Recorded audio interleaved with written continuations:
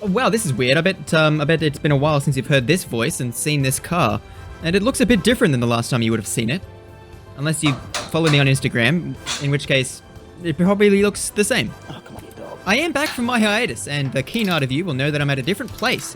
I'm all settled in now, and I hopefully have some more free time to work on my car, and make some videos, and get it driving again. I just want to drive it. But I hear you say, Mitchell. Well, Mitch. No one really calls me Mitchell. You only need axles. And weren't you saving up for chromoly axles so that you could then not break them and worry about that another day? Yes, that is correct. But I have decided to change plans, and let me tell you why. So the last video I posted on this channel was me making this bull bar, or more so a stinger bar, designed to stop the car from rolling over when going on steep declines. Like that'll happen. And then you're probably wondering, wow, why did you build a roll cage? I had this vision for what I wanted the car to look like, and it seemed pretty far out of reach. And that made me a little bit sad. Of course, all I wanted to do was get this car back on the tracks, but there were so many little things that I needed to do to make that possible. And this overwhelmed me, so instead of actually tackling these little problems, I decided to just build a roll cage because that makes the car look cool, right? So I had this goal in my mind that I was working towards, just pushing the other smaller issues to the back. And when I finally completed it, I didn't know what to do next. I stood back and took a look at the car. Underneath the roll cage that I just made was the pile of problems that I still needed to fix. Pretty much all of which stemming from being excited to drive this car that I just rushed what I was doing. And that was about a year ago now. So this car has been sitting like this for a very long time. And around then, there was a big change in my work. Some of you will know that I edit videos for other YouTubers and different people, but the main person I was working for at the time was Sam from Built Not Bought. But unfortunately, he needed to let me go in order to save money to build the XC,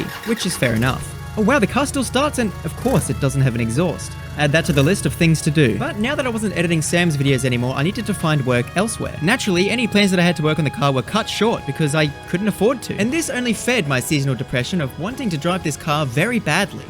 And well, what do you do when something makes you sad? Well, you ignore it. And that's exactly what I did. I ignored the car in the garage and kept going about my life without it, which was fine. I was able to keep myself occupied with work and do some editing for some pretty cool people. But then again, work slowed down and it was time for me to move in with my partner. That's not my partner, by the way. This is just a weird lineup of the video and what I'm talking about. And it wasn't really until I had to move my car into her place that I realized I need to do something about it. I hadn't made a scrap of progress in over a year at rebuilding it, and it hurt.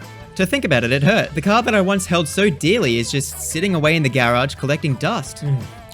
Oh, sorry, I'm having my morning tea. And that's when I realized I've got to do something about this. I need to start working on the car again. So I devised a game plan. I wanted to transform this car again. But this time I wanted to make sure that I wouldn't rush anything. I wanted to make sure that I did it right the first time and not have to do what I'm doing now, taking it all apart and starting again. Although it's inevitable that I'm going to make many mistakes, so I'm going to have to do it anyway, but I'd rather do it right in my head the first time than knowing that I'm skipping steps. Previously, whenever I'd be making something on this car, I'd be so excited to get back out there and drive because I was that addicted to the feeling of driving off-road that I would skip steps and honestly make a mess of whatever I'm doing. But to be frank, because it's been so long since I've taken the car off-road, I haven't really had that urge. I'm in off-road addiction remission, you could say. But I know that as soon as I get this car off-road, I'm gonna fall right back into my old ways. So I might as well ride my sobriety as long as I can and use it to build this car the way I want. Which of course means that I have to take a lot of the stuff that I put on off. And I probably won't put this tray back on, so I'm just gonna cut it up and scrap it. Well, I actually got $9.80 for it, so that's great. And with that $9.80, I bought a king-size Twix and a Red Bull. I then hopped in my car and headed off to a neighboring suburb in which I found 2 GU diffs for sale on Facebook Marketplace. If I want to make this car as tough as I want it to be, it's gonna need some tougher parts. Hey look, don't get me wrong, Toyota makes some good stuff, but the LN106 axles are not strong. I don't know how well we can see this, but it goes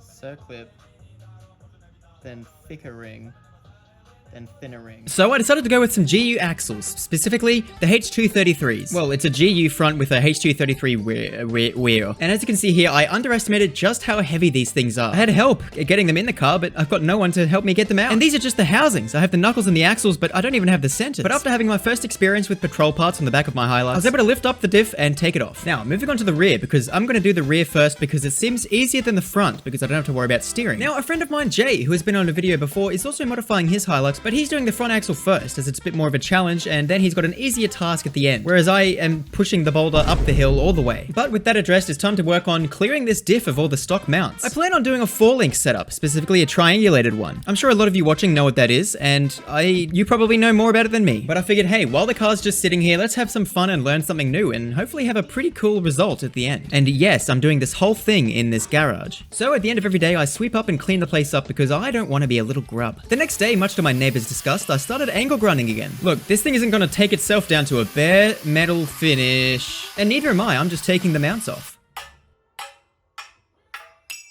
The next day, a package showed up, something that I had been wanting and needing for a while. I have a few different axle stands, but none that reach the chassis rails of my car. Yes, I could just pile some timber or something underneath, but I don't fancy being squished to death. So I have here 2 enormous car stands that will hold up the back of this car when I'm working on it. 700mm is more than enough to get the back of this car off the ground.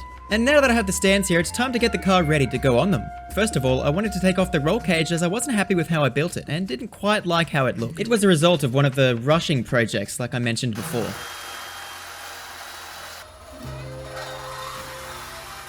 And so continues the saga of me taking things off the car that I put money into and time in making, and I just don't want them anymore. Don't even ask me if you can have it. I wouldn't give it to anyone, not in my conscious mind. Look, if you rolled your car with my cage on it and it broke and killed you, I wouldn't be able to afford it. I mean, live with myself. So I'm just gonna get rid of it, alright? Good, I'm glad. With the cage coming off piece by piece, it was finally looking like it was almost time to almost put the car up on the stands to then take the diff out. Oh, and now the car's on the stands. I guess I didn't film much in between this, but the car is up and I'm taking the wheels off now. Wow, would you look at that? The magic of editing. The next day it started raining, which was great because it meant that all the metal filings that I shaved off of the GU diff would now start to rust and make the rest of the concrete around the garage look disgusting. But I won't know that that's happening until another few days from now.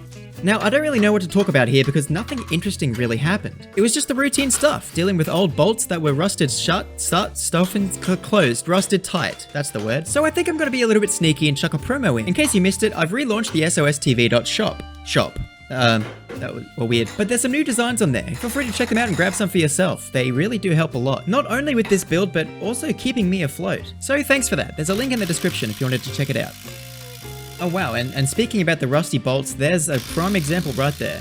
I spent about 2 hours, 3 days, 15 weeks getting this bolt off, and I finally got it done. With the help of the angle grinder, of course. You can't go wrong with an angle grinder. Well, of course you can, but when you're trying to remove something, it's just chef's kiss. At this point in the teardown, I was up to the shocks, and this one was proving to be a little bit more painful than the other one as I tried to wiggle it loose but realized that it was in between my legs. So I moved and continued wiggling it around until, it was free. One of the remaining things holding the diff to the car was the brake line, so I decided to cut it as the fittings were seized from years upon years of never being touched. Like me. And now that I had the diff finally free, I could remove it from the car entirely. Now, I know the style of this video is a lot different to what I used to make, and don't you worry, I'll be going back to that in the next video, but when I first started filming all of this, I didn't know if I was going to make it into a video or not, so I didn't have that in mind. So unfortunately, the first video back after a big hiatus is going to be this boring, bland video of me just talking over it. But that's fine, and look, if you're still here listening, then you're a real one, alright? Don't let anyone tell you anything different. But for now, that's me signing off. I hope you guys enjoyed this video, and I'll see you guys in the next one. Follow my Instagram for updates on when that'll be coming.